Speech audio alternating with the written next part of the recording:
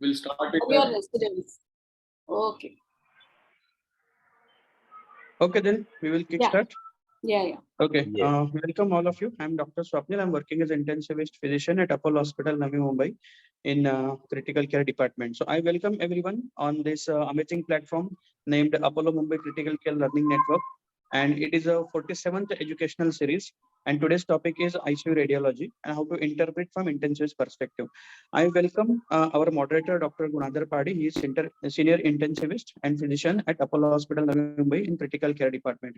I welcome Dr. Akhilesh sir. He is also senior intensivist in our department. Dr. Divya Kukian, he is again senior intensivist and physician in critical care medicine department.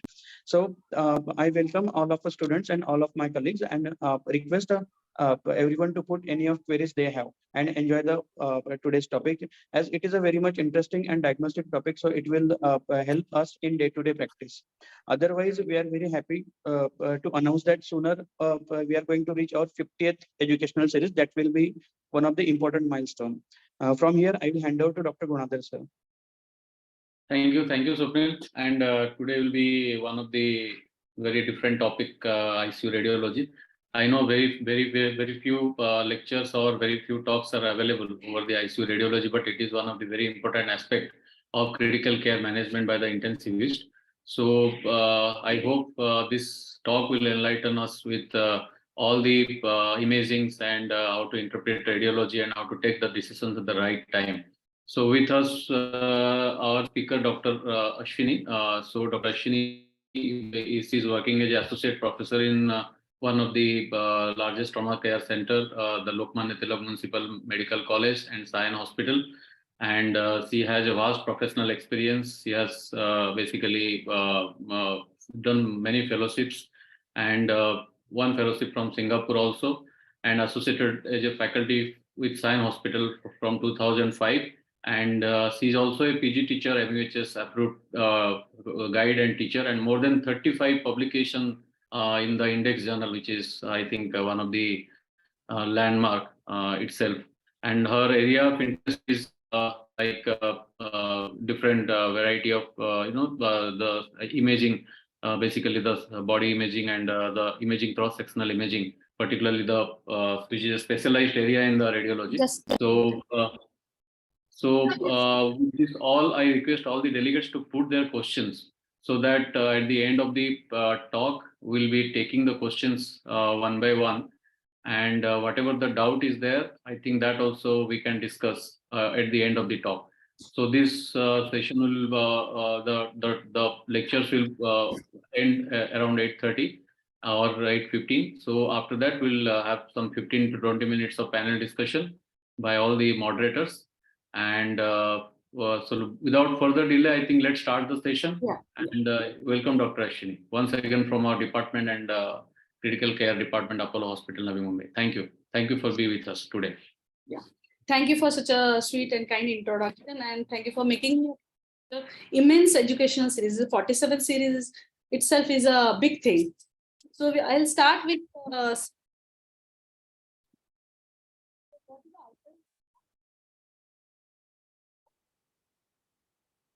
the US interpretation, tubes and lines,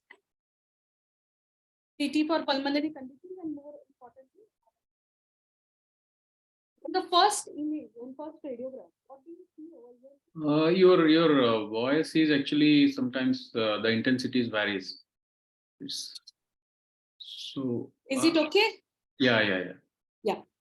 So what we are seeing in this slide is a normal radiograph.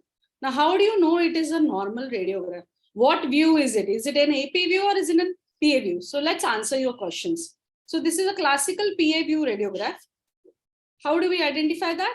We see the clavicles which are horizontally oriented and over the lung. You are able to see the fundic bubble, and the posterior intercostal spaces are more widely seen. So in this, we have to identify the margins of the mediastinum. So this is the trachea. This is a small radio opacity, which is the right paratracheal stripe. Now this is important because in right paratracheal stripe widening, if it is there, then you can suspect a lymphadenopathy over there, or as well an apical pleural thickening. It is normally 2 to 3 mm thick. As we go further down, what we are seeing is the right hilum. If you compare the right hilum and the left hilum is seen within the margins of the mediastinal silhouette, as compared to the right hilum, which we are seeing it well, we are seeing a well defined radio opacity. This is because the left bronchus is hyperarterial. So the hilum shadow is made by the pulmonary artery. As we go further, here we are seeing a margin of the heart, which is formed by the RA. Sorry, this is the RA, and this is the cardiophrenic and the costophrenic angle. Now these angles should be clear. There should be no radio opacity over here, and there should be no blunting of the angle. On the left side, as we go from the aortic knuckle, if you can see, this is the aorta, arch of aorta. This is called also aortic knuckle. If you trace the aortic shadow, this is right, left para-aortic shadow. Here we are seeing the left hilum, and this apex is formed by the left ventricle. So this is formed, this right heart margin mainly is formed by the RA, while the apex is formed by the left ventricle. At the same time, what you have to look is at the diaphragm. The diaphragm is a circular structure. So the apex of the diaphragm should be at least 1.5 centimeter. That is what I mean is, if you take the medialmost point and the lateralmost point and draw a line and drop perpendicular to the highest convex point, it is 1.5 centimeter in a normal radiograph. If it is flattened, it would be less than that, and flattening of the diaphragm indicates many other things. We'll see as we go further. Now here I have a lateral radiograph, and this is a radiograph which is taken on a portable X-ray machine. If you look at this radiograph, you can see that this is a supine radiograph. Here, the clavicles are going upwards. As well as you can see the scapula are not away from the lung margins, but projecting into the thorax. Little bit of reticular pattern is seen. The fundic bubble is missing. So this is a portable AP radiograph. At the same time, the cardiac, the heart, as compared to our previous, where we are seeing it of a, it's not that enlarged. Here we are feeling, sorry, here we are seeing that the heart is appearing enlarged. That is because it is an AP radiograph. Now on a lateral radiograph, what you are supposed to look for being a normal?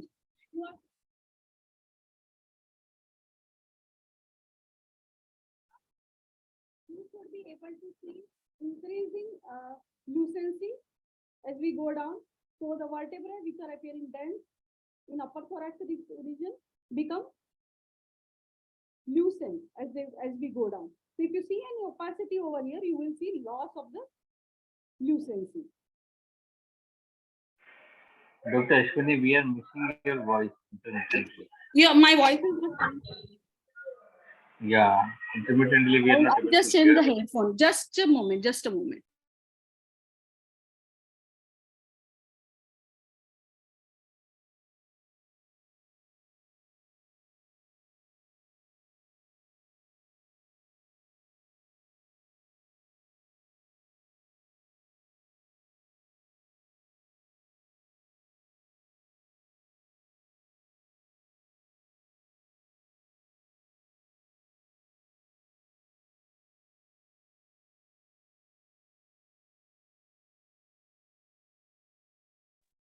Yeah, are you able to hear me?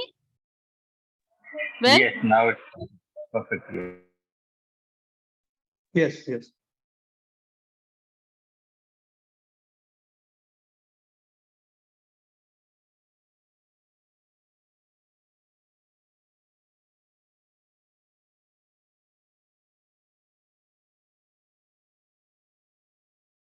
hello. Yes, ma'am. You're audible, ma'am. Okay, so I'll just again repeat the lateral radiograph. So in a lateral radiograph, what you need Yes. is the retrosternal presence of air. That is because of the lung. At the same time, as you go towards the vertebral side, the vertebra which are in the upper thoracic region are more dense as compared to the lower thoracic region. That is because of the overlap of the lung air on the vertebrae. So any opacity over here will be approaching the density of the upper thoracic vertebrae. So this should be loosened, this should be loosened. Another area of lucency should be anterior to the heart margin, that is anterior to the right ventricle border. So there is a thin rim of air which is also seen anterior to the heart margin in a lateral radiograph. The trachea will not appear on the vertebrae, but the trachea will appear in the center of the lateral radiograph. Now, second thing to remember is when you draw a line from the apex of the heart towards the hilum, the atrial wall is above this line while the mitral wall is below this line. So that will also help you in identifying the devices and the mitral wall or an atrial wall in an operated person. Now here this radiograph is a supine portable radiograph. How do we know that it is an AP supine radiograph? That is because of the loss of the fundic bubble. You can see the clavicles are going upwards. The scapula is coming and projecting on the thorax as compared to your PA radiograph. So here the scapular margin is away from the thorax. Here the scapular margin comes on the thorax. Okay, so that is the major difference. Second difference is the cardiac shadow. Cardiac shadow will appear larger than the PA radiograph because the heart is now closer to the cassette. That's why the heart appears more larger. So this can make us interpret that there is a cardiomegaly. So you should know which radiograph are you looking for and then accordingly interpret. Now to call a cardiomegaly on an X-ray, what you should do is you should take a central line coming from the spinous process, measure the line from the spinous process to the lateralmost margin of the heart on the either side, add those, and a margin of the line, transverse line passing from the one end of the thoracic ribs to the other end of the thoracic ribs, that is on the left side. So the cardiothoracic ratio is approaches around 50%, 40 to 50%, more than 50%. If it is there, then that means there is a cardiomegaly. Now in this case, you are having a radio opacity in the lower zone. The diaphragm is not well appreciated. So in this case, you will have to know whether this is a pleural effusion or a consolidation or a mass by the help of a USG or a CT scan. So what we will report it as is a radio opacity in the lower zone, obliterating the right heart margin as well as the right hemidiaphragm.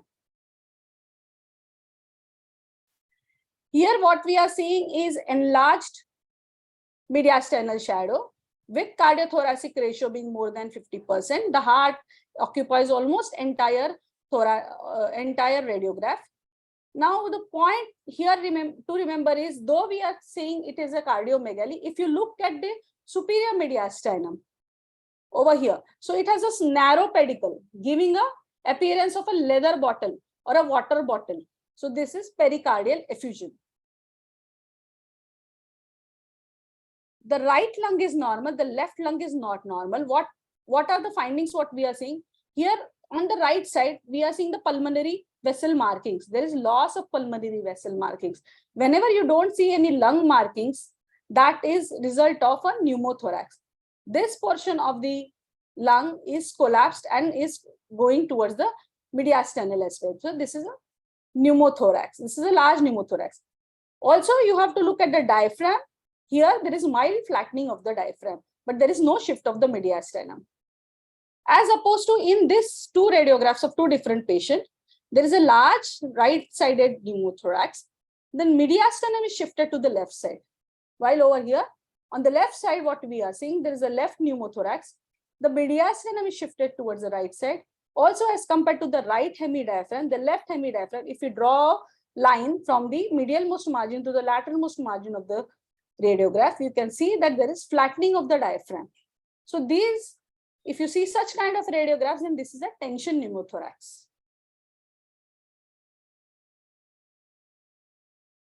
Now here again on the left side, the lung is normal.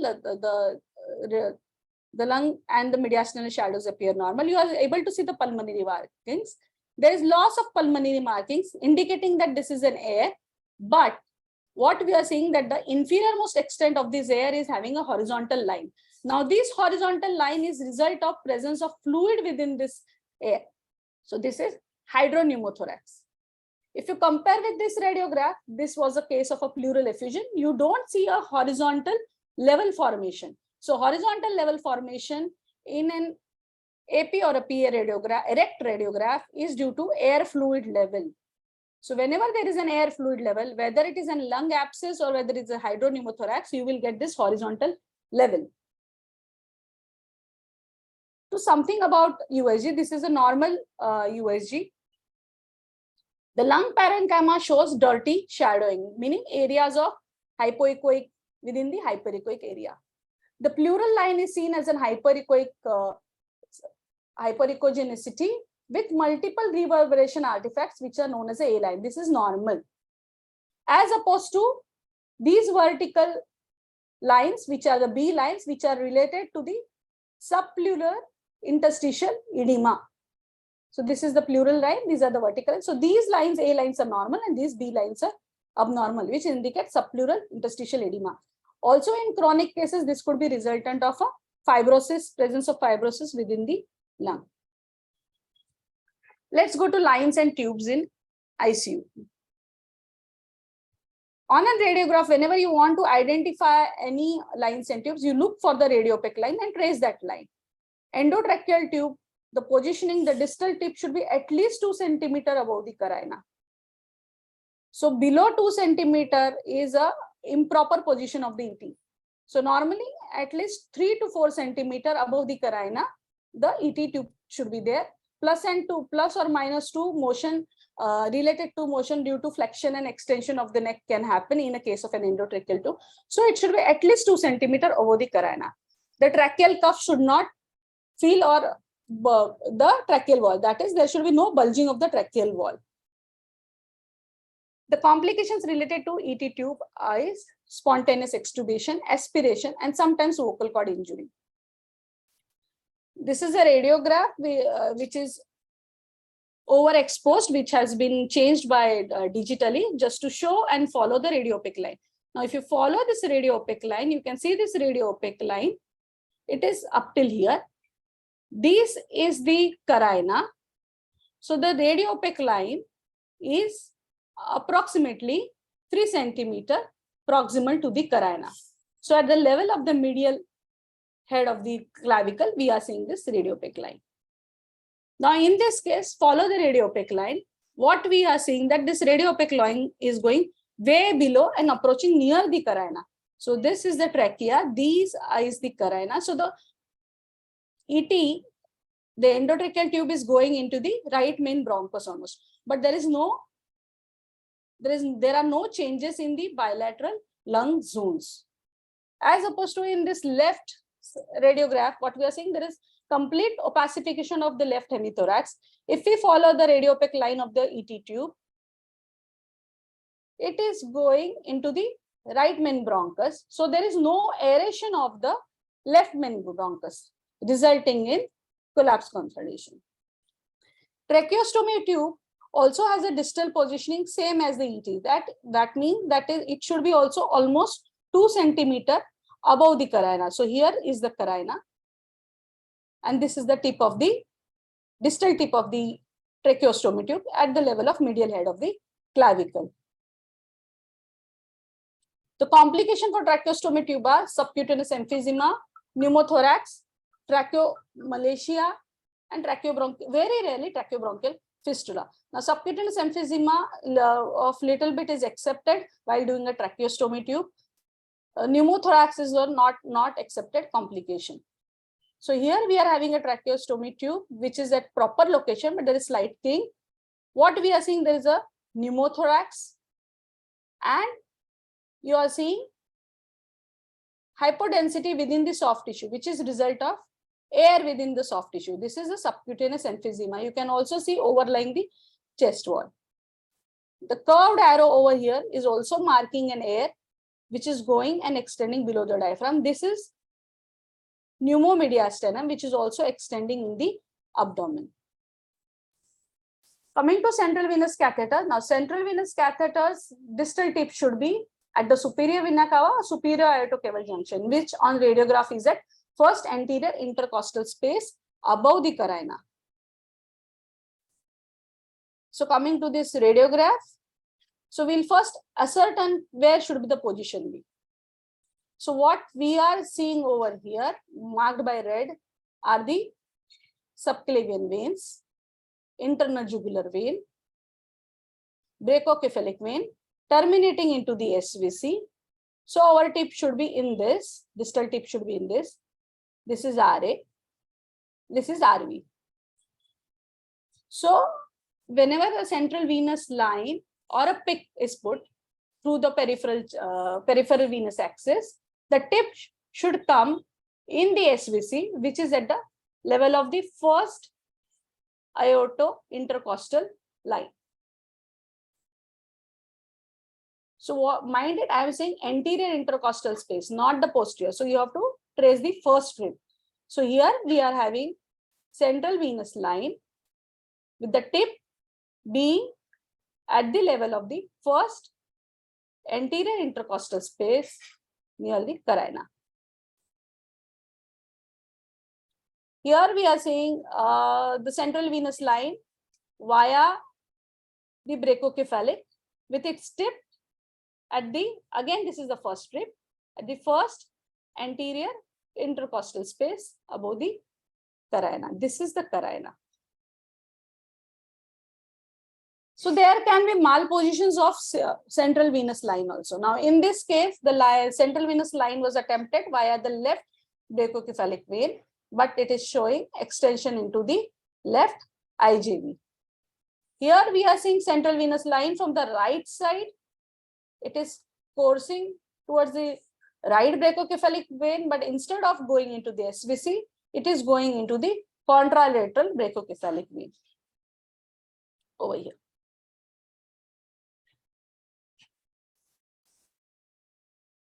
Now this is a central venous line which is far away from the expected position. Its tip is way below in the RA. Associated with this central venous line is a radio opacity around, we are seeing a radio opacity around it. So there is malposition of the line. It is far away from the expected SVC, which is in the right paratracheal, almost right paratracheal region over here in the first aorto-intercostal space. It is way below. And also you are seeing a radio opacity. Now this radio opacity is related to mediastinal hematoma. So when you see such kind where the location of the CVP line, which is through the IJV, right, is right internal jugular vein, and it is associated with a radio opacity, you should consider that there is a mediastinal hematoma and a likelihood of a venous perforation, which has resulted in a mediastinal hematoma. So signs of perforation are unusual trajectory, presence of mediastinal hematoma. In a patient who doesn't have a pleural effusion, there is a development of pleural effusion in a 24 or a 48 hours radiograph. And if a presence of a apical density is there, that is also resultant of an extrapleural hematoma. Now here we are seeing this central venous line through the IJV, which is going, instead of into the SVC, it is going on the left side, in the left in the left side of the mediastinum. Now this is not a normal location of a CVP line. It has to go into the SVC or maybe into the sinoatrial junction. That is at the level of this first rib, that is anterior intercostal space. At this level it should be, but it is going opposite, at the opposite level of anterior intercostal space. Now when you see such kind, you should think of a congenital variation in the venous anatomy. So in this case, CT was done, and what you are seeing that there is a left-sided SVC. Pulmonary artery catheters can similarly like CVP line can be inserted by subclavian, jugular or femoral veins. So resting position and dependent on the intended function. Generally, it is into the pulmonary trunk or right or left pulmonary artery. The ideal catheter tip should be at the interlobal artery, that is near the hilum over here.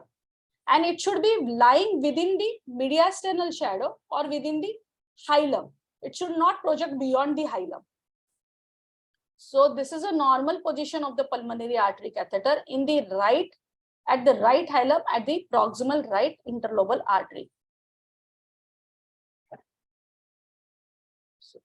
This is a pulmonary artery catheter. If you trace this pulmonary artery catheter, we can see that it is making and going towards the proximal interlobar artery, but it is further coursing into the distal portion of the interlobar artery. And there is associated inhomogeneous radiopacity in the right lower zone.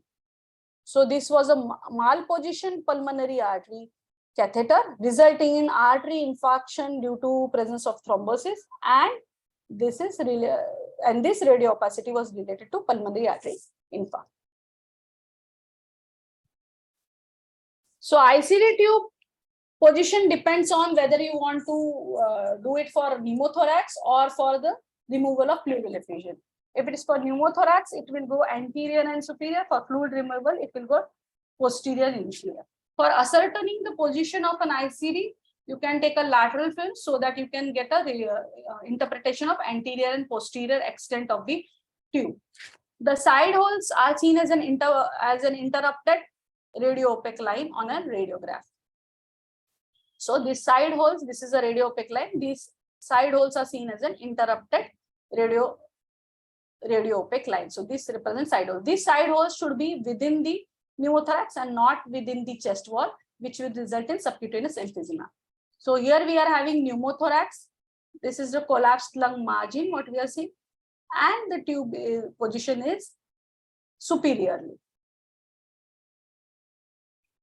Right pleural effusion prior to drainage. After the drainage, because the removal of pleural effusion was fast and more than 1.5 liter was done in this patient, so there was arrival of a new radioopacity in the right lower zone. So re-expansion pulmonary edema after the removal of pleural fluid can occur if there is a rapid removal. More quantity of pleural effusion, pleural fluid is removed at a single sitting. What do we see is respiratory distress clinically, and on X-ray we see radioopacity or features of pulmonary edema. Nasogastric tube. The key point is the nasogastric tube should go below the G junction. So the level of the G junction is at the level of the diaphragm, hemidiaphragm. So it should be at least 10 centimeter distal to the G junction. Complications. In this, we are seeing a complication because the NG tube, instead of going below the G junction over here, this is the fundic bubble, it has gone into a bronchus, and these are pulmonary infiltrates related to the aspiration. Just for information, this is how the IVC filter looks. This is the right hemidiaphragm IVC filter looks, which is placed in the IGV, in the inferior vena cava. So cardiac devices can be of single lead, double lead, or 3 leads. So here we are having a single lead device where the tip is seen in the right ventricle. Double lead device, tip in right ventricle and tip in RA. Diagrammatic representation of 3 triple lead pacemaker, where one of the tip is at a ventricle. This is from the neck. Another lead is in the right atrium, and the third lead is in the coronary sinus. Radiograph showing right atrial lead, right ventricular lead, left coronary lead in the coronary sinus. So let us see the radio opacities and how do we interpret on radiograph. So if you get a radio opacity which is homogeneous and you see some lucences within it, this is nothing but the air bronchogram, and you can confidently say this is consolidation. So here we have consolidation in the right upper zone and right mid zone.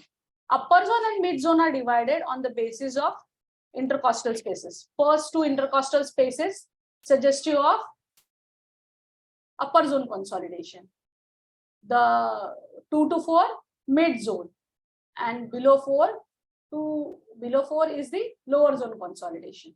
So here we are having involvement of mid and lower zone consolidation.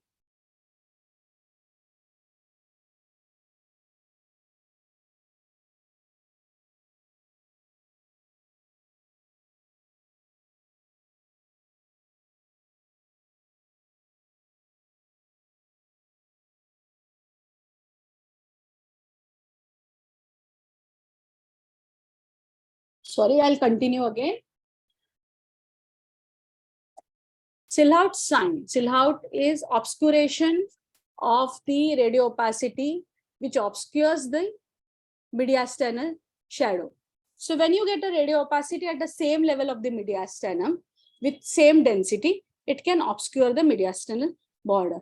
Now that can help us in identifying where is the location.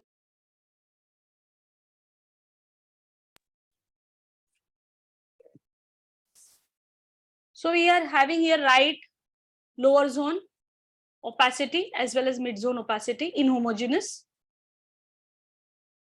Lateral radiograph. So if you draw a line from the right hemidiaphragm up till the T4 level, this is the oblique fissure. A perpendicular dropped from the hilum till the anterior sternal border is the minor fissure. So here this is the middle lobe, this is the involvement of the middle lobe. And if you notice, there is obscuration of the right heart border on a PA radiograph.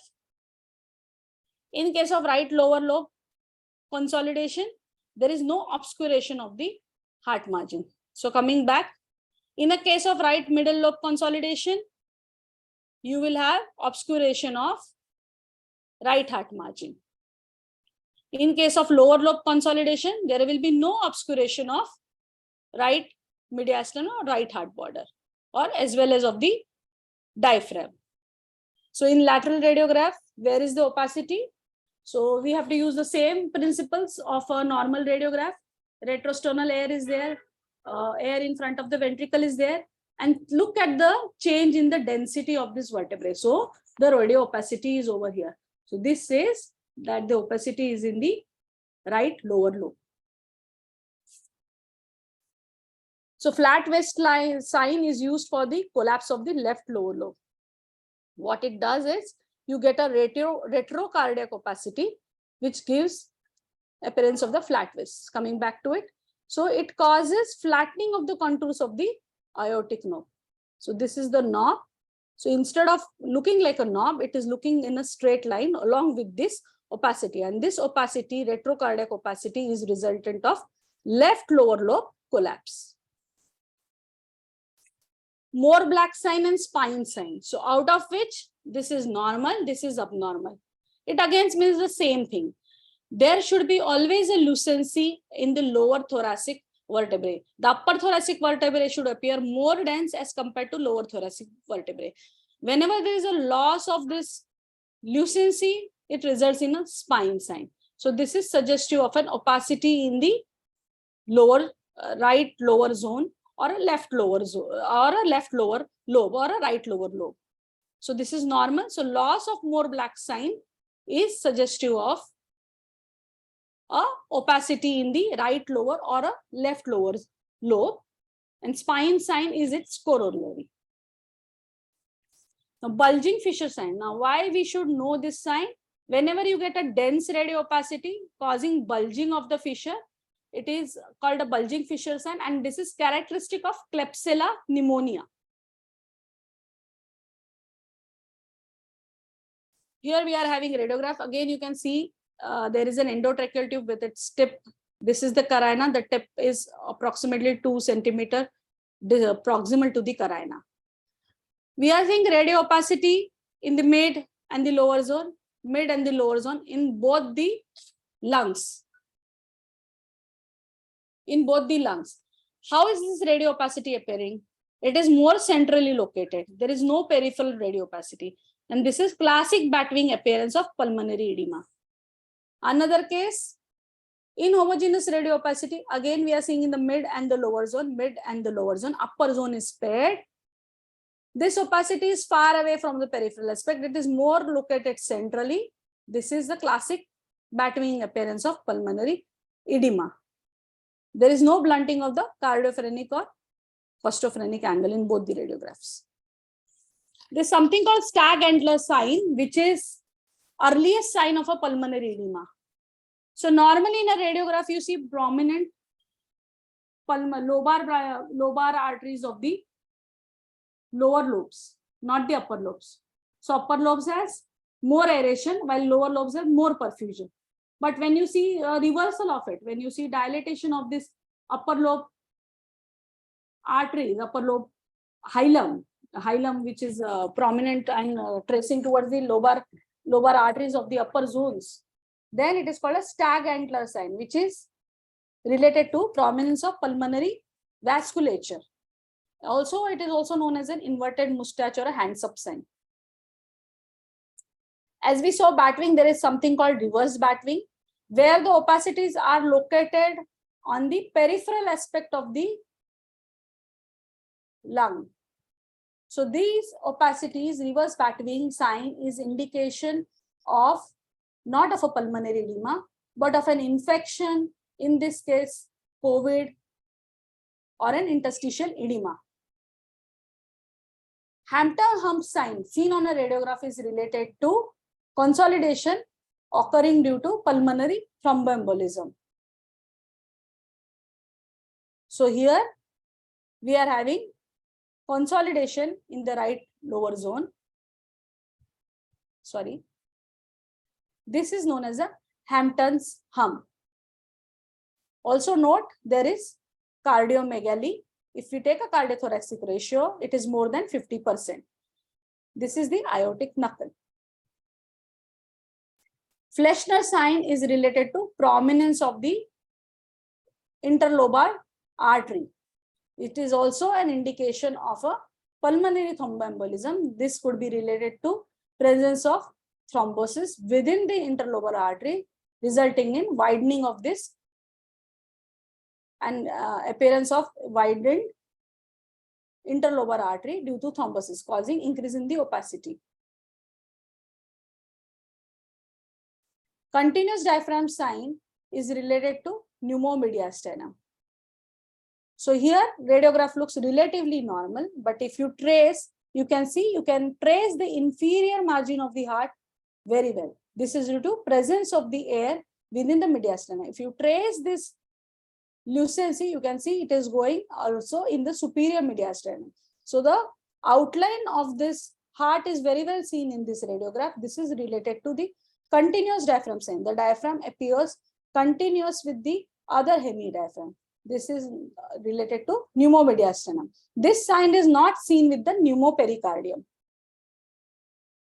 There's something called Nacellerio V sign, which is again related to pneumomediastinum. What happens over here is air in the pneumomediastinum outlines the aortic margin, giving a V-shaped appearance with the left hemidiaphragm. This is Nacellerio V sign, again an indication of a small pneumothorax or small pneumomediastinum.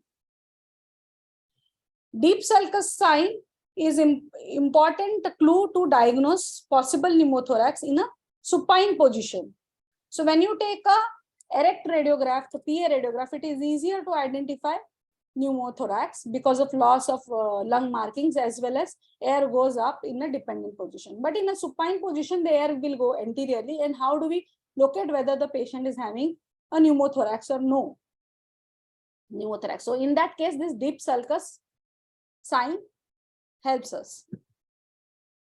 So what it does in this case, this is the left side. You can see the left hemidiaphragm. You can trace it with no obliteration of the left costophrenic angle.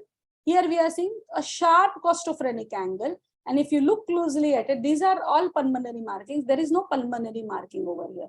So this is a deep sulcus sign in a supine radiograph related to the air on, that is pneumothorax on the right side. So look at this left side of the radiograph and the right side of the radiograph. Again, trace the diaphragm. The costophrenic Angle is not obliterated. Also here it is not obliterated, but the diaphragmatic crux is diaphragm is going way below. And if you see there is increased lucency, this is deep sulcus sign related to a small pneumothorax detected in supine position.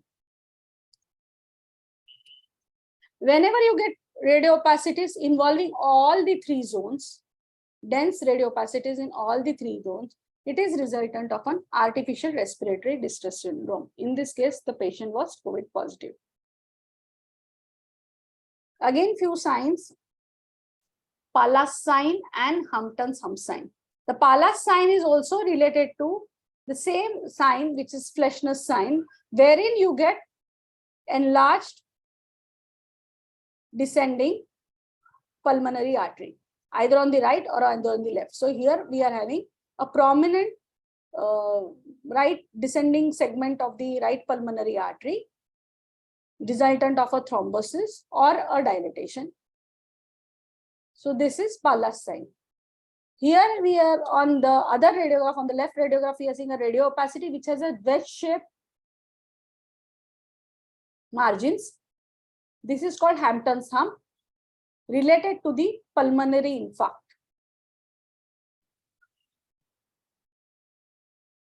Now, when do you label flail chest? Sometimes with flail chest, you may not be able to appreciate the pneumothorax very well.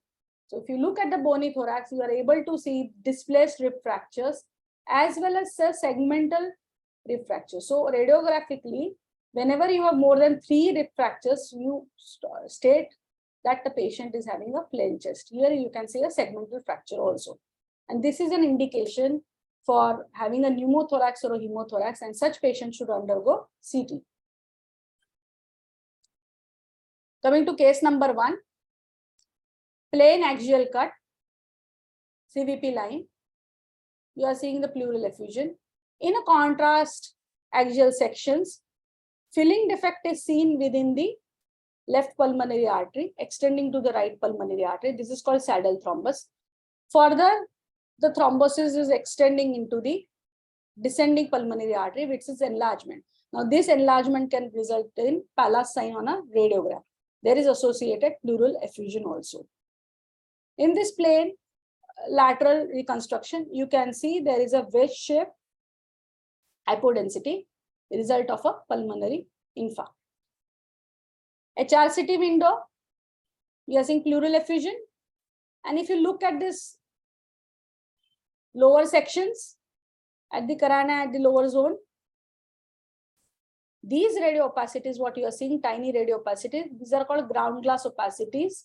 And these are early signs of a pulmonary infarction. Ground glass opacities in the lower zone with pleural effusion. Magnified view, what you are seeing, pleural effusion, and you are seeing ground glass opacity with septal thickening.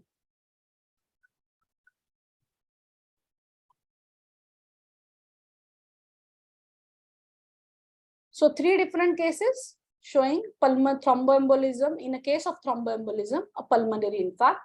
See, earlier changes of pulmonary infarct can be represented as a ground glass opacities with septal thickening. And there should be associated thrombosis in the segmental artery. This is another case where we are seeing wedge-shaped consolidation and a thrombosis in the corresponding segmental artery. Associated with, these are ground glass opacities, and this black arrowheads mark the pleural effusion. Multiple radio opacities you are seeing in the HRCT window, which are dense as well as ground glass. When do you label ground glass? When a radiologist label ground glass, what it means is that you are able to see the pulmonary vessels through that opacity. That is what it means by ground glass. So this is a ground glass, but this is a dense consolidation. Now, location of these radio opacities is more toward the central of the lung parenchyma. The peripheral lung parenchyma is spared. So when you get a symmetrical radio opacities with a ground glassing and a presence of consolidation in the lower lobes with sparing of the peripheral lung parenchyma it indicates the patient is having pulmonary edema. There is associated pulmonary effusion in this patient.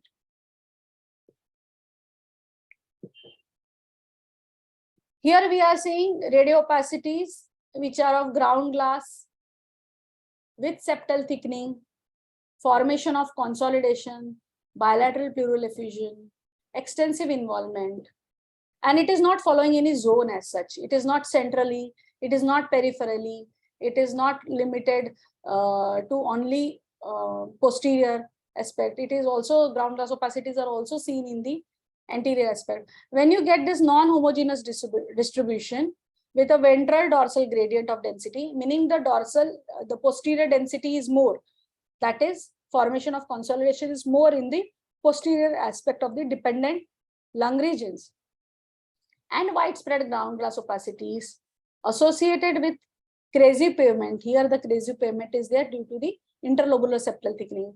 This indicates the patient is having ARDS. Fourth case, here the patient has come with a fever and breathlessness. We have encountered such kind of HRCTs in last 2 years. The radio opacities here are markedly seen along the peripheral aspect. They are more of ground glass.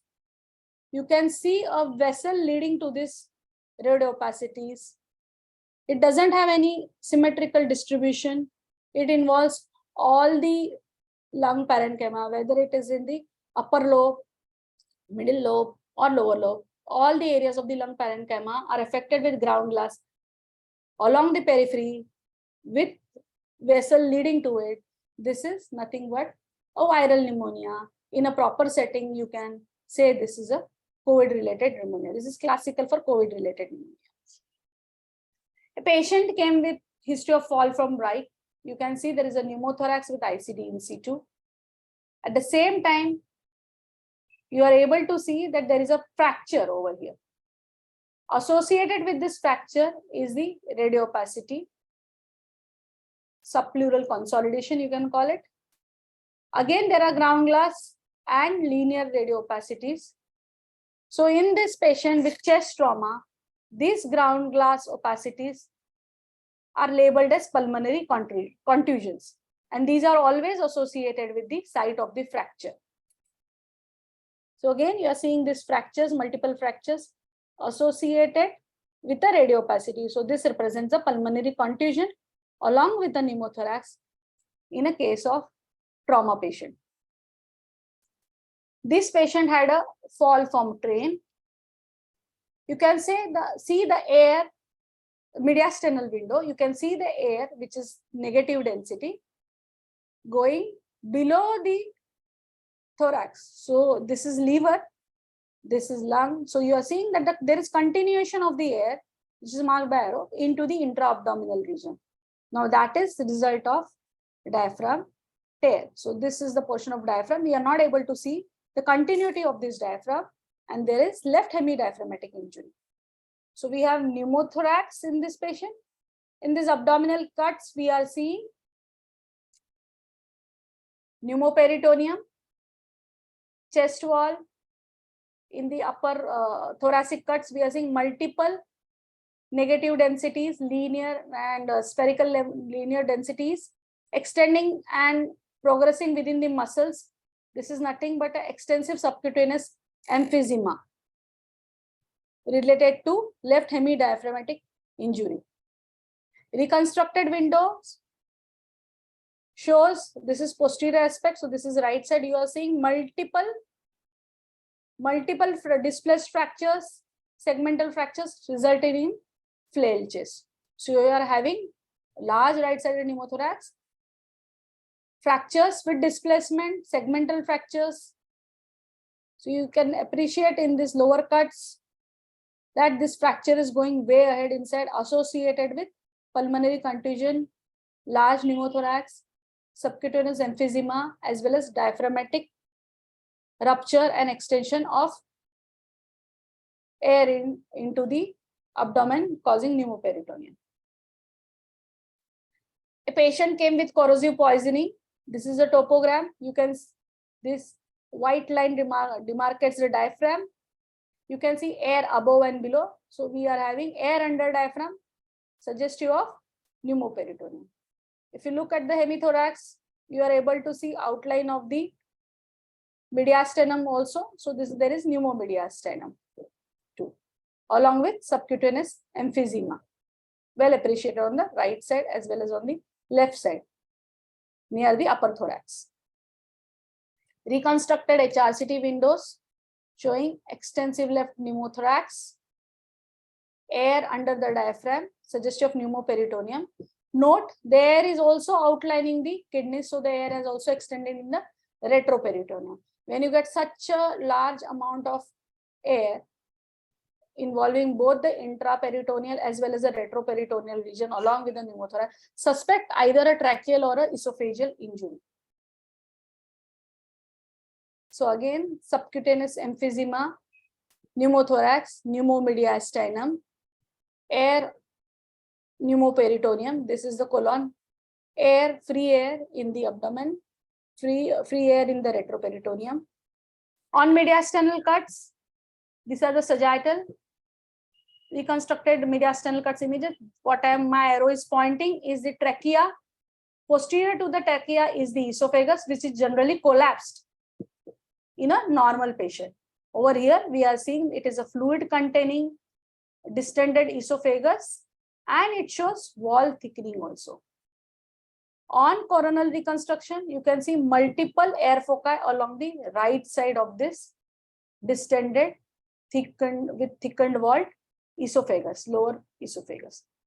Axial cuts at the same level, at the upper level, trachea, esophagus with thickened wall.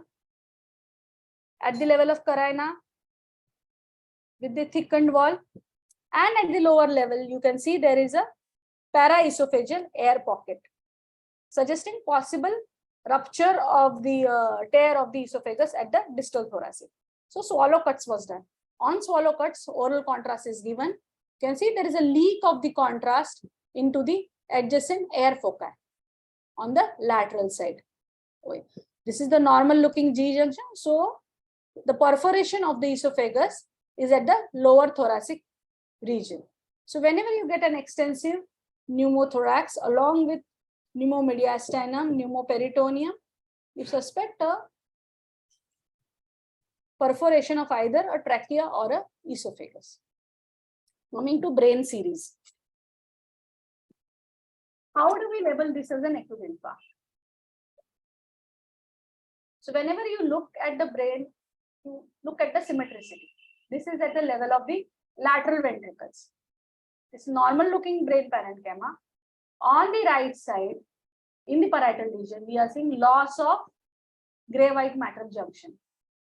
There is effacement of sulci. We are seeing the sulci over here. We are able to see the gray and the white looking structure related to the white and the cortex. There is loss of it. On making the window more darker, we are able to appreciate the hypodensity involving the right parietal region as compared to the left parietal region. This is acute infarct. Note that there is no shift, there is no mass effect on the ipsilateral ventricle, neither there is any shift of the falx. So when the hypodensity, see this, look at this hypodensity and this, when the hypodensity becomes darker, that means the patient has progressed to a subacute infarct, and at this time, at the time of subacute infarct, the patient will experience mass effect on the ipsilateral brain structures. So in this case of subacute infarct, what we are seeing, there is effacement of the ipsilateral lateral ventricle with effacement of the sulci on this side, on even on the left frontal side also. So this is the radio density, hypodensity involving the parietal region with causing effacement of the ipsilateral lateral ventricle due to mass effect. So subacute infarct causes mass effect. Acute infarct does not cause the mass effect. Parenchymal hemorrhage is seen as a hyperdensity as opposed to infarct, which is seen as a hypodensity. Intraparenchymal hemorrhage is seen as a hyperdensity. It also can cause mass effect in form of effacement And here we are seeing extension of this hemorrhage also into the ventricle. The left ventricle is looking okay. This is choroid plexus calcification. We are seeing hemorrhage within the right ventricle, lateral ventricle. Again, to emphasize, hypodensity causing effacement of the gray white matter, effacement of the overlying sulci. On angio, we are seeing complete cutoff of the MCA from the M1 portion. This is sign of acute infarct. So what are the early ischemic signs? So there are signs resultant of a focal parenchymal hypodensity. So the arrow marks toward the insular region. This is the insular region. This is insular region. That is the perisylvian region. If you see a hypodensity over here, it is called insular ribbon sign. That is hypodensity along the insular cortex. Then second sign is obscuration of the lentiform nuclei. If you look at this caudate is seen well, lentiform is seen well, caudate is seen well. There is obscuration of the lateral margin of the lentiform nuclei. It is little difficult to see as compared to the insular ribbon line. But if you see those two things, then we can say the patient is having hyperacute infarct. Going to next upper section, at the level of body of lateral ventricle, it looks normal, but if you observe carefully, the right side of the cerebral parenchyma and the left side of the brain parenchyma, you can see there is effacement of the sulci. This is not partial volume averaging. It is symmetrically placed section. So there is effacement of the sulci, subtle hypodensity. This is cortical swelling with sulcal effacement. Another sign of an early ischemia, which is also seen in this high parietal region. Compare this and this. Here we are seeing deep sulci, but there is effacement of the sulci in this right frontoparietal region. In a plain CT cut, we can see at the level of the suprasellar system, this hyperdensity is a hyperdense MCS sign. On angiography and 3D reconstruction, we are able to note that there is no opacification of the distal MCA. Sylvian opercular branches are not opacified, only the M1 portion is opacified. M1 portion, M2 portion, and the Sylvian opercular branches on the right of the right MC are well seen. On the left side, we are not seeing. So these are all signs of early ischemic signs of hyperacute infarct. Hyperdense MCA sign may be seen in some patients, not in all patients you see hyperdense MCA sign. So what are the types of stroke you encounter? You encounter ischemic stroke where you see it is an hypodensity. These ischemic stroke can get transformed into hemorrhagic transformation when you see hyperdensity within this hypodensity. That is suggestive of a hemorrhagic transformation of this ischemic stroke. Now, ischemic stroke are of two varieties: thrombotic, where it is specific to the arterial distribution, and embolic, where you can get multiple hypodensities involving the brain parenchyma, resultant of an embolus causing obscuration of the distal arteries. There is something called hemorrhagic stroke, commonly seen with hypertension. It involves the basal ganglia. Lobar hemorrhage is said when it involves the part of the cerebral parenchyma. It is important to know whether we are dealing with a hypodense non-hemorrhagic stroke or a hemorrhagic stroke in terms of management, to use thrombolytic or to not use a thrombolytic agent for treatment. So there is something called aspect score, which is done for each and every stroke patient who comes at an emergency department. So aspect score is calculated at the level of the basal ganglia and above the level of the basal ganglia. So at the level of the caudate and basal ganglia level, and at the level of the body of the lateral ventricle. So the MCA, this aspect score is mainly meant for an MCA related infarct. So the zones are divided in the basal ganglia into M1, M2, M3, that is anterior temporal, posterior temporal, and the parietal zone, and the superior mid and the posterior parietal zone at the superior level, that is at the level of the body of the lateral ventricle, that is centrum semioven. So these are the one point is allotted to each. Then another points are allotted to the caudate nucleus, lentiform nucleus, internal capsule. So total 10 point score is there.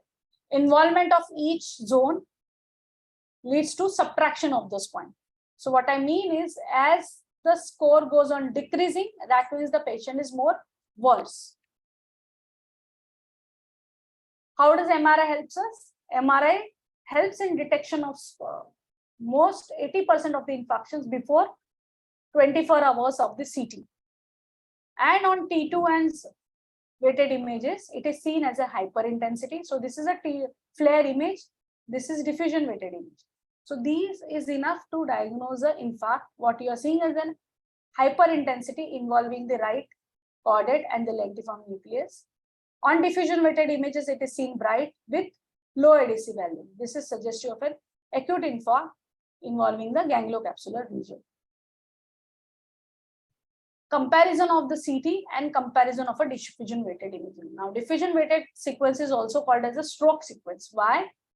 Because sometimes it might be difficult to appreciate an effacement of the sulci-agira with hypodensity as compared to your normal parenchyma on the right side in a case of emergency. But if you do a diffusion weighted image, you can clearly see a bright, hyper-intense looking infarct. So there is something called diffusion aspect, which also follows the same criteria at the level of the basal ganglia and above the level of the basal ganglia. The MCA distribution of the supply is divided into M2, M1, M2, M3, and M4, M5, M6, allotted 1 point to each. At the same time, allotted caudate, lentiform, internal capsule, and insular cortex as 1 point. So total 10 points.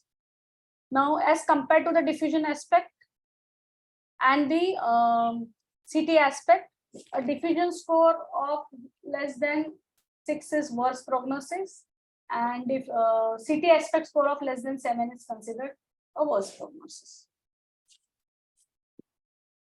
There is something called flare diffusion mismatch in case of stroke. It is for timing the time of stroke. If you see a diffusion based hyperintensity, but no hyperintensity no reciprocating hyperintensity in the corresponding flare images, it is called flare diffusion mismatch. So here we are seeing diffusion weighted hyperintensity in right frontal region. This is the central sulcus, giving an epsilon-like appearance. So this is the right frontal region. So in right frontal region and in right corona radiata, we are seeing diffusion weighted restriction, but corresponding flare images are not showing restriction. So this is suggestive of flare diffusion mismatch. That means the patient has presented within the 4 hours of his symptoms. That is, this time zone means the stroke is within the 4 hours. How does a chronic infarct look? In a chronic infarct, on an MRI, the signal intensity will approach the CSF signal intensity of the ventricle. So this is the area of the chronic infarct. These are periventricular ischemic changes which appear hyperintense. While this hypointensity approaching near CSF intensity is a gliotic area. On and diffusion weighted imaging, it will be not on bright on diffusion weighted imaging, and on ADC you will see facilitated diffusion. So chronic infarct or gliosis will also cause widening of the ipsilateral sulci. So you are seeing widening of the ipsilateral sulci, which are not seen on the left side. So as I said, diffusion aspect score of less than 6 and diffusion aspect score of less than 7 is considered for management of mechanical thrombectomy.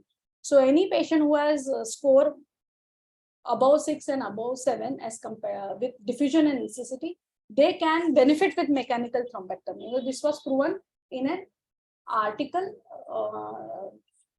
even in a frontal neurology journal.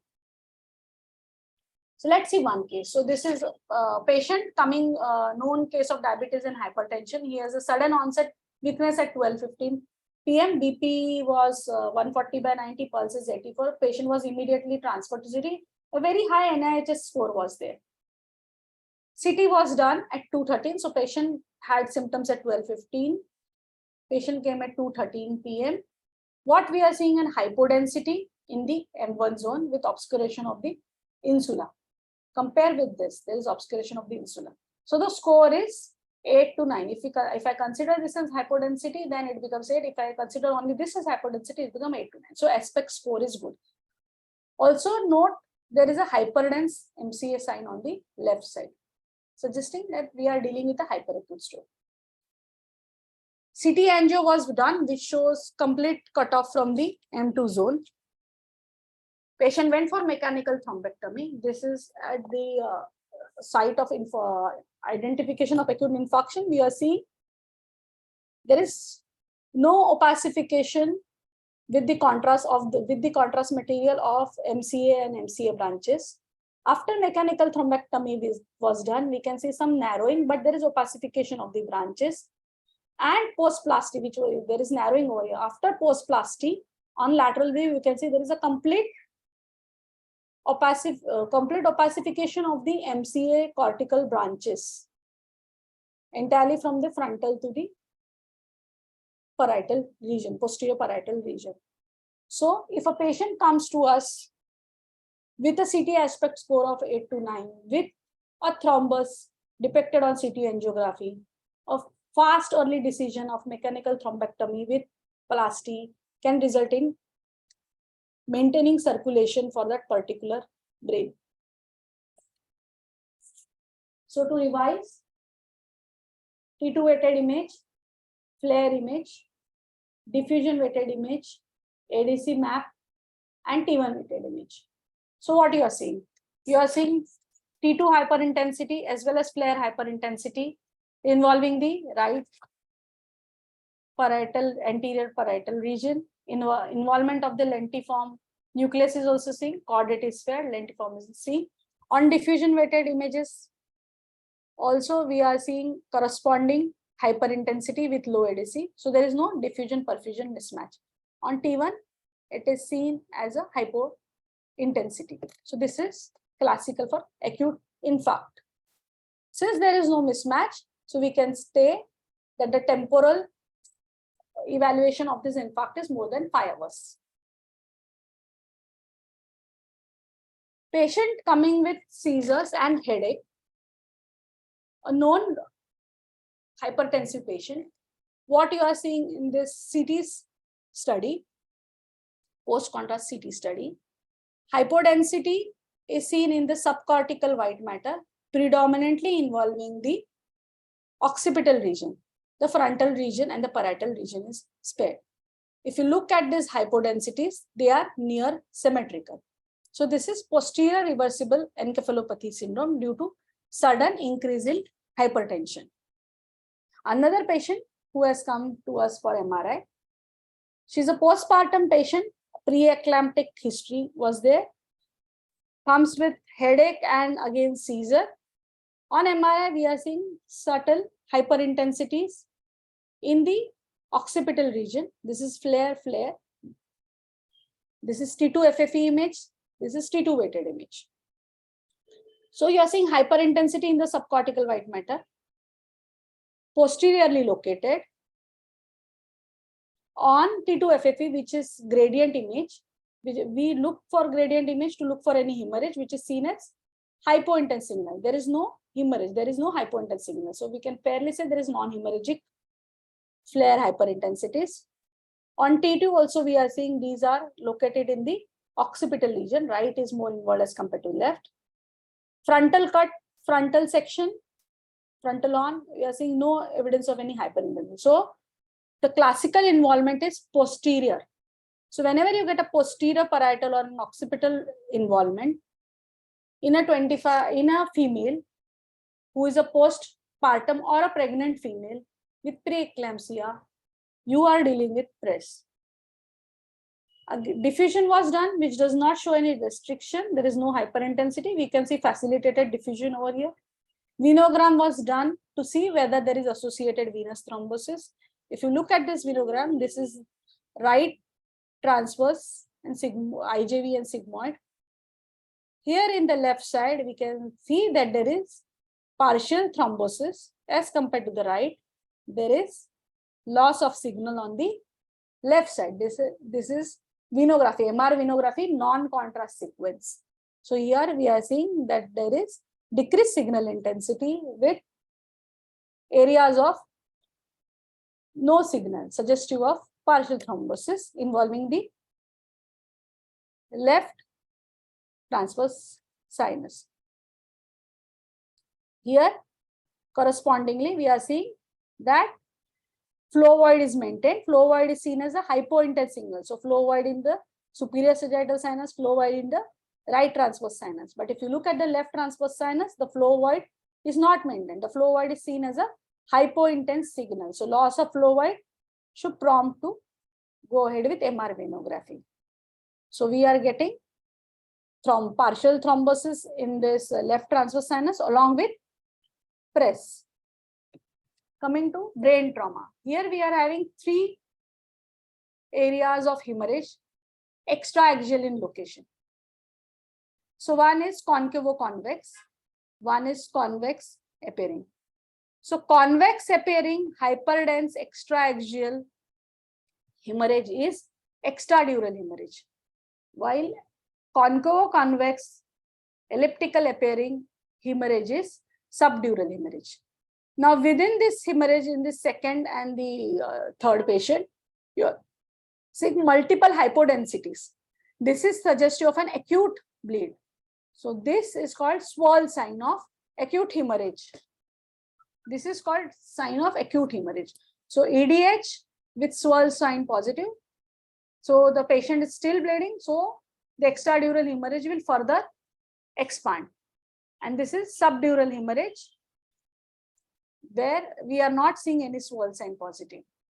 Now this subdural hemorrhage is also causing effacement of the ipsilateral sulci. These are CT cuts. And there is shift of the ventricle to the other side, along with subfalcine herniation. So how do you detect that?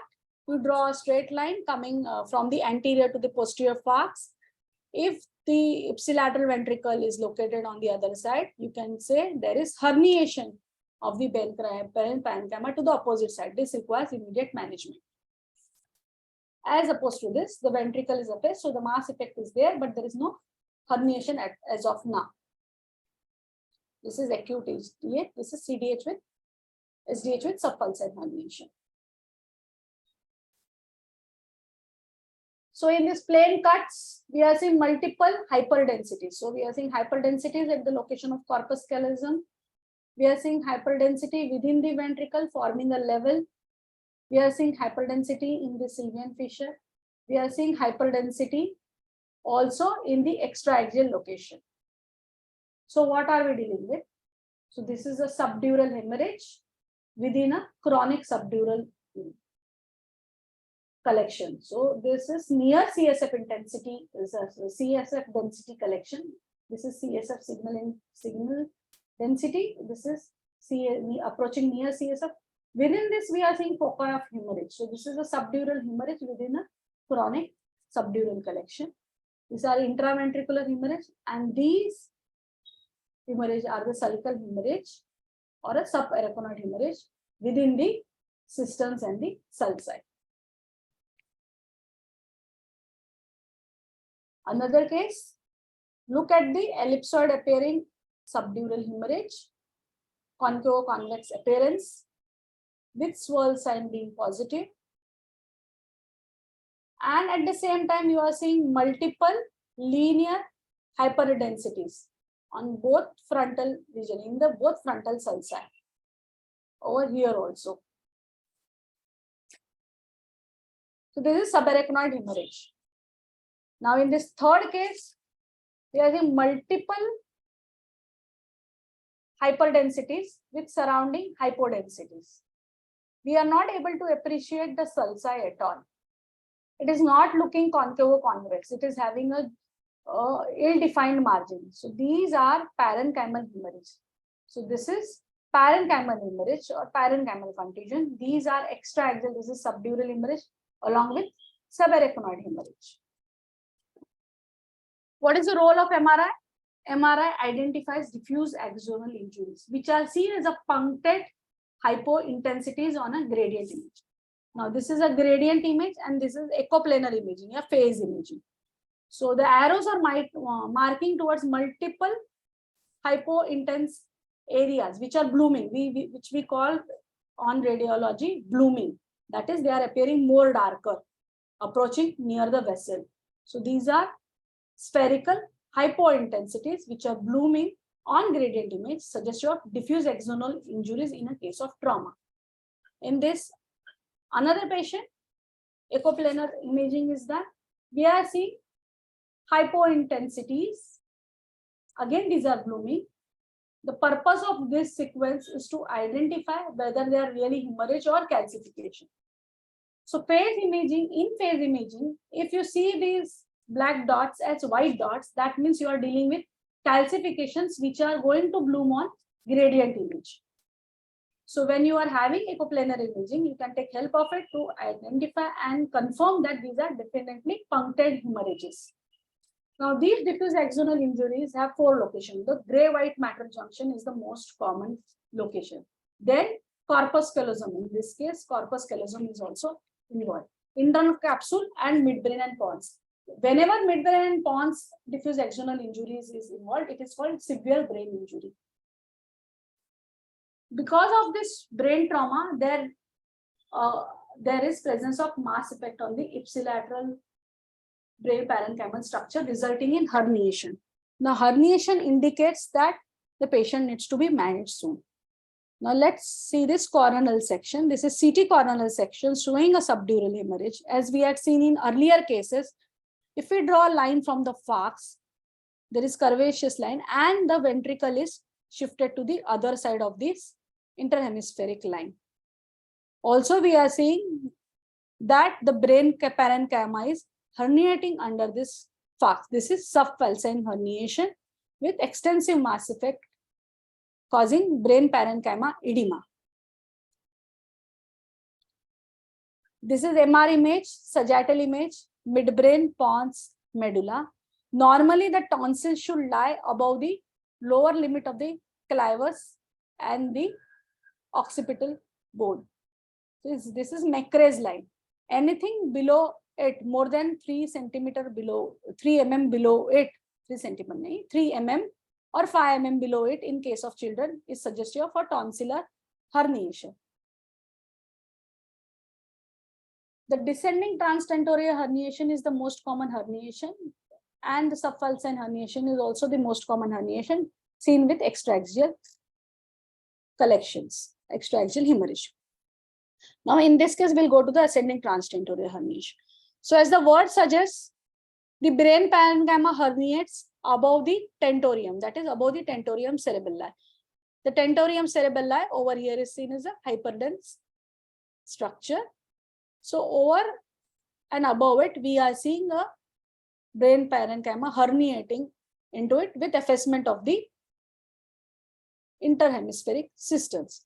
So, why there is a herniation in this case? If you look carefully, you are able to see that there is a area of a hyperdensity in the infratentorial region, which is again a subdural subdural hematoma, that is extraaxial hematoma, extraaxial hematoma, which is subdural type, causing herniation of the brain parenchyma above the tentorial leaf. In this case, there is complete effacement of the sulci with hypodensity because of the infarct. My arrows are pointing towards herniating brain parenchyma, causing effacement of the Vermean system. So when the herniation is below the tentorium incisura, this is axial section. So the tentorial leaf is this. This is the vermis. So when the herniation is below the tentorium incisura, it is called descending transtentorial herniation. You will see the indirect signs. What are your indirect signs? There will be effacement of the basal cisterns, with the basal systems being occupied by brain parenchyma. Coming to few abdominal cases, patient of cholelithiasis and polydocholithiasis. Underwent an ERCP for stone removal with CBD stenting. After 7 days, it was found that the patient is fever spiking and has an increased WBC count on it. Plain cuts of the CT. This hyper density with beam hardening artifacts is related to the stent. In and around the stent, you are seeing a soft tissue density. So why do I say soft tissue density? It is approaching the muscle density. So this is a soft tissue density. You are seeing areas of hyperdensity within it. Areas of hyperdensity within it. So we are having some soft tissue density area with the area, few foci of hyperdensity, and also trapped air within it. Contrast was done. You can see there is a peripheral enhancement of that soft tissue density. It is becoming hyperdense. You are seeing air foci within it. And there are hyperdense areas. This is suggestive of a collection with a hemorrhage. So this is hematoma, paraduodenal hematoma. Now, why do I say it is a paraduodenal hematoma? If you trace, this is pancreas, stomach, and if you look anterior to this collection, you can see the bowel signature of D2 and D3 portion. So this hematoma, where is it located? It is in retroperitoneal location, suggesting that there is a silt of perforation from D2 portion of the duodenum, which is the retroperitoneal segment of duodenum. So post ERCP, post CBD stenting, the patient developed paraduodenal hematoma with internal hemorrhage, which is causing mass effect on the IVC with air foci within due to perforation of the duodenum. Coronal reconstructed image. This is the stent. What we are seeing? Remnant calculus within the CBD with air foci. Pneumopolia seen. And this is a large retroduodenal collection with air foci and hemorrhage. So this was the reason of its fever spiking. Some cases of abdominal trauma. Patient with a road traffic accident, linear hypodensities reaching up to the capsule, suggestive of a laceration. Spleen, contrast within the aorta. So this is a contrast base scan. Spleen is showing multiple hypodensities, and perisplenic, you are seeing a large hypodense area, suggestive of perisplenic hematoma. The spleen appears fragmented. At the same time, you can see the kidney nephrogram is good on the left side, but right kidney is not showing any nephrogram. So this is devascularization injury of the right kidney. At the level of the spleen, you get adrenals. So this V-shaped structure is the right adrenal, but at the level of left adrenal, you are seeing a large hematoma. So here multi-organ injury is there to this patient with level 5 injury of spleen, laceration grade 3, and as well as adrenal hematoma, as well as devascularization injury. This patient didn't survive. Two different patients. Here, perihepatic, we are seeing hypodensity resultant of a fluid in the Morrison's pouch. The liver parenchyma shows normal enhancement. This is the ligamentum teres, so it is normal. Liver parenchyma shows normal enhancement. There is no hypodensity within the liver parenchyma, suggesting no liver parenchymal injury. If you look at the spleen, what we are seeing, there are remnant enhancing splenic parenchymal foci, but majority of the spleen is devascularized with perisplenic large hematoma, which is extending in the lesser side. This is the stomach, so it is extending in the lesser side. Another patient coming with hematuria. On contrast cuts, we are seeing that there is hypodensity posterior to the left kidney, extending up to the hilum. It is causing mass effect. There is a scalloping of the kidney, suggesting that this hematoma is in subcapsular location. So this is perirenal fat. This hematoma is in subcapsular location. So there is a subcapsular hematoma in this case of kidney. Coming to for you, aorta cases. Patient came with severe chest pain, acute chest pain, went under angiography. On angiography, these are this is coronary reconstructed MPR, sagittal reconstructed MPR, and 3D image. Linear hypodensities within the aorta represent the dissection flaps. Now, the important point is there is no one dissection flap, there are multiple dissection flaps. So this patient has multiple re-entry of the dissection flaps with a single exiting dissection flap, which is extending and involving the left common iliac artery. So this is, as per Stanford classification, is Stanford B type because it is beyond the descending distal aortic arch. The arch arteries were normal. The SMA is showing origin from the false lumen. Here we are seeing the proximal left renal artery. That proximal right renal artery is not well seen. On 3D image, we are able to see the left renal artery arising from the false lumen, the right renal artery arising from the true lumen.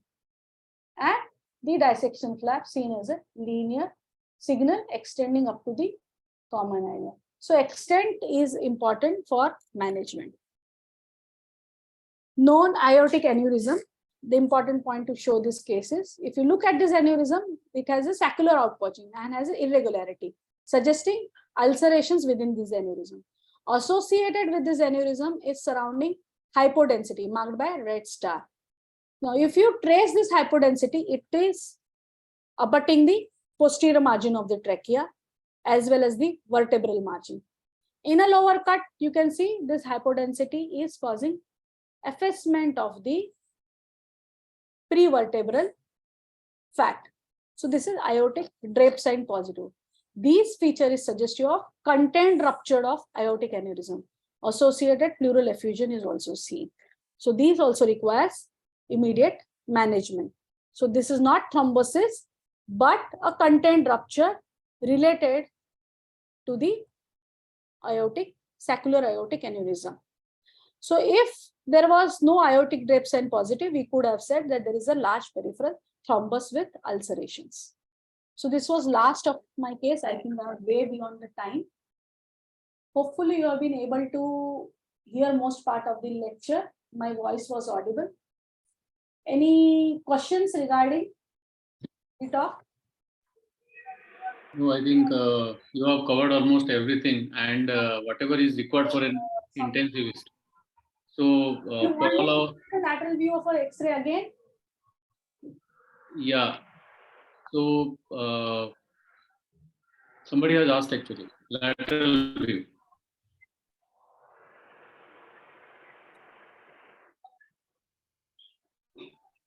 No, sir, actually at that time there was a problem with the voice, and after that we covered it. Okay. So do you want me to repeat it again? I repeat it again. Do you want me to repeat it again? Yeah, if you just can repeat the lateral view once, it will be better. Yeah.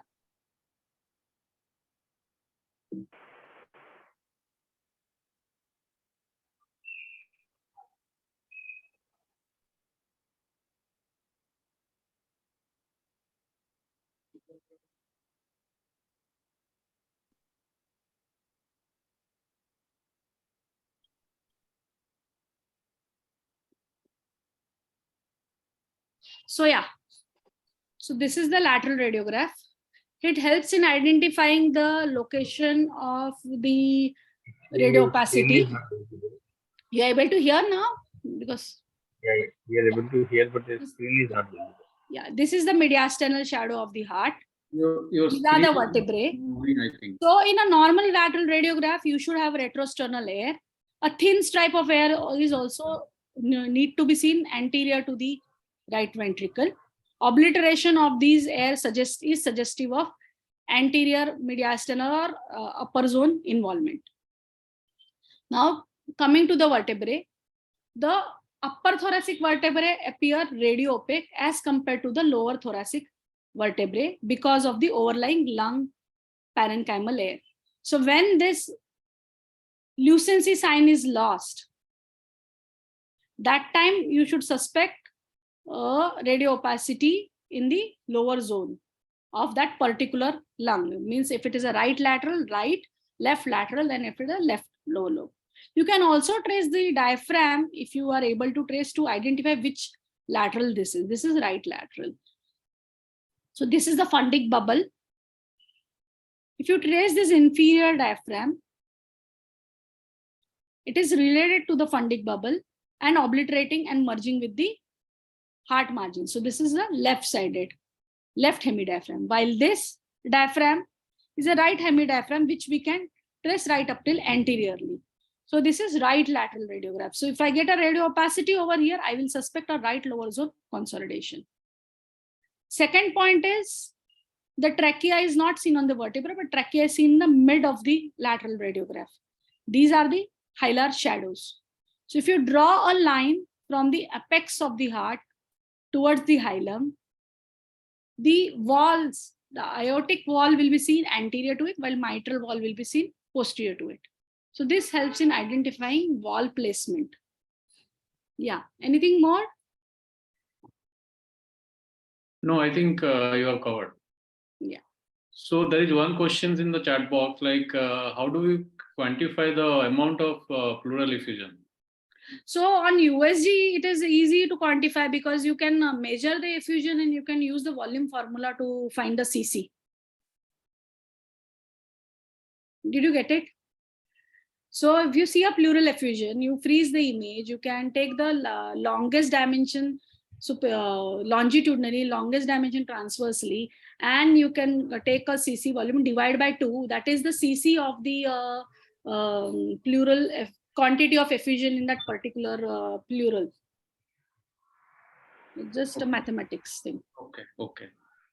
So I UIP and NSIP is not the part of this talk because it's a part of an ILD, for which we require an HRCT chest understanding completely. Still, I can tell that in UIP, you should have 4 characteristics seen on an HRCT. Those are, you should see traction bronchiectasis, you should see honeycombing, intralobular septal thickening, and apicobasal gradient, meaning the bases are more involved as compared to apical. In NSIP, what you see is a peripheral sparing of the lung parenchyma. A thin stripe of lung parenchyma is spared. That is NSIP related. Okay. Yeah. So I think you have extensively covered most of the radiology part, which is actually required for the examining, I mean to say, the candidates. Yeah. And so these are the very important. This is a very important topic because every your X-ray and a CT or MRI will come as a spotter. So Yeah. particularly helpful For exam point of view. Okay. Yes, for the DNB residents. Yeah. I definitely request them to go again through this lecture, which will be uploaded in our YouTube videos, and with no more questions. So Okay, I have one question. Yeah. Yeah, Dr. Ashwini. Yeah. So as we know that in stroke we have to do a diffusion and a flare imaging, but sometimes probably we are indecisive about thrombolysis, and we have got both diffusion and flare positive. But there are situations we can even still thrombolize probably if you do CT perfusion imaging. Yeah. How far does that help? Yeah. So as far So can you articles, just throw some light literature on that? search now, what they have said is it depends on the not only on the aspect score but also on NHSS score. If the NHSS score is quite high, that is higher the score, it is more worse the patient in case of NHSS, while aspect score says more or less the score, the more worse the patient. So if NHSS score is high, then the prognosis of that patient is not that great with mechanical thrombectomy. So it is the scoring which decides whether this patient has to go for thrombectomy besides the location of the thrombus. If the thrombus is located in the M1, M2 segment, it is easily possible to do mechanical thrombectomy. But if it is in the distal, that is sylvian and opercular branches, it is not possible. In that case, then the patient has to go with the routine thrombolytic intra-arterial or intravenous thrombolytic therapy, TPA. That is what we follow. So if a patient of a CT perfusion imaging. So CT perfusion imaging is basically, how do we do? I mean, do all the centers do CT perfusion imaging, or it's so in our only case, for in our department, now what we do is when a patient of a stroke comes to us, then we have a stroke unit sort of. So there is a WhatsApp group and everything. So the medicine registrar connects with the radiology registrar. The CT is done immediately at a thing. Aspect score is calculated, and also the CT angio is also done at the same time. So with the aspect score and the CT angio, if it is feasible for mechanical thrombectomy, then we don't go ahead with CT perfusion. Okay. So now again, second scenario. Now aspect score is good, but with CT angiography, we are not seeing really the thrombus in the M1 or M2 portion, but we are seeing in M3 portion. So in this case, we need to know the penumbra and umbra. And at that time, with help of the medicine residents, what they want to go ahead with, whether they want to shift or whether they want to go ahead with CT perfusion at the same time. So that is how we go with the CT perfusion, and we find the cerebral blood flow, cerebral blood volume, and look for the disproportion between the cerebral blood flow and cerebral blood volume to find the umbra and penumbra. How is it done? So the sections are taken at the level of basal ganglia and a section above. So depending upon different kind of machines that is there, we can take 80 sections. Previously, we could take only 8 sections at basal ganglia and at upper level. So at this level, why do we take at this level? Because these are the maximum supply of MCA seen at this level. And you give around 100 cc of contrast at 5 ml perfusion rate. So the sections are taken at the same level. So what we are seeing is the perfusion of the brain at different time speed. Okay, and accordingly, then you put it in that perfusion software and you calculate with that color mapping, CBF and CBV. So that comes as a blue and a red image. I have not put, I thought it is little advanced, so I have not put it. Yeah, so basically that technology is called the artificial intelligence integrated technology, basically. Yeah. AI, the role of artificial intelligence in the stroke, we are following in our center, particularly whatever you are just now pointed out, like the perfusion based technology, and doing early thrombolysis and early mechanical thrombectomy.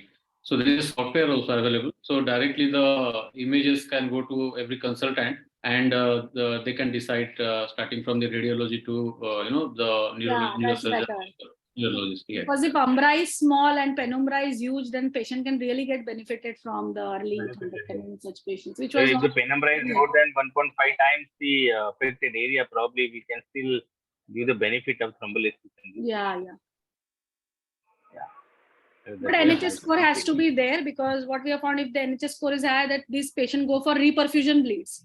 So that needs to be now, a study has to be done, and we should see how much are getting benefited with high NHS score and good umbra, penumbra, whether they go for reperfusion bleeds or not. So complications, we have to look at it. That is one aspect of stroke. Yeah. So I think with no more questions, we'd like to conclude the session. This is a very important session actually. And what is important for all the resident and the DNB examinee, particularly, like to know the different X-rays in the PA view, and to know the different abdominal X-rays, chest X-rays. Sometimes they may get an X-ray of the skull also, like multiple myeloma. They have to identify the lines, tube, brains, whether it is abnormally placed or not. So much in examination, DNB examination, that you have to identify multiple myeloma. Definitely they ask. Oh my God, I didn't know that. Yeah, that's why actually this session we have conducted, because now the radiology, critical care radiology, actually gone way beyond. And, I mean, I really didn't expect multiple myeloma to be identified or differentiated from metastasis by a intensivist, basically. It is mainly for maybe for an ortho or a radiologist, I don't know, but everything branches do merge, and it is good for the patients. And also in the CT, like different abdomen, chest, different view trauma versus the infective etiology, like pneumothorax, ICD, different post-op X-rays like lines, tube drains, post-op CABGs, abnormally placed lines, and also rightly you have pointed out the stroke, different images of the stroke, how to identify the early stroke, how to take a decisions of thrombolysis, and also how to identify different abdominal CTs, context to a particular clinical scenario, and take decisions like whether to explore the patient or the not, and also splenic injury and the liver injury, liver laceration, abdominal ischemia, ischemic colitis. So all those And are ischemic colitis I have not taken because again I thought it's a gastrospectrum. I should have taken a list. yeah, no issues. We can have more sessions actually, only on CT and ultrasound. So in the future. So thank you very much for the today's your lecture, and really we thank you from our department, Apollo Hospital, Navi Mumbai. And with this, I think we should conclude the session. Swapnil, if you are around. Yes, sir. So basically, thank you very much, ma'am. It was a very extensive session, and I think that will be much more important not only for the exam point of view, but also on day-to-day life. Specifically, whenever students are dealing with patients in night hours, then definitely it is going to help to take aggressive decisions and to benefit our management of treatment, management of direction of line of treatment. So before concluding, I would like to announce that we are going to conduct a nephrocritical care. It's a review course and a hands-on course.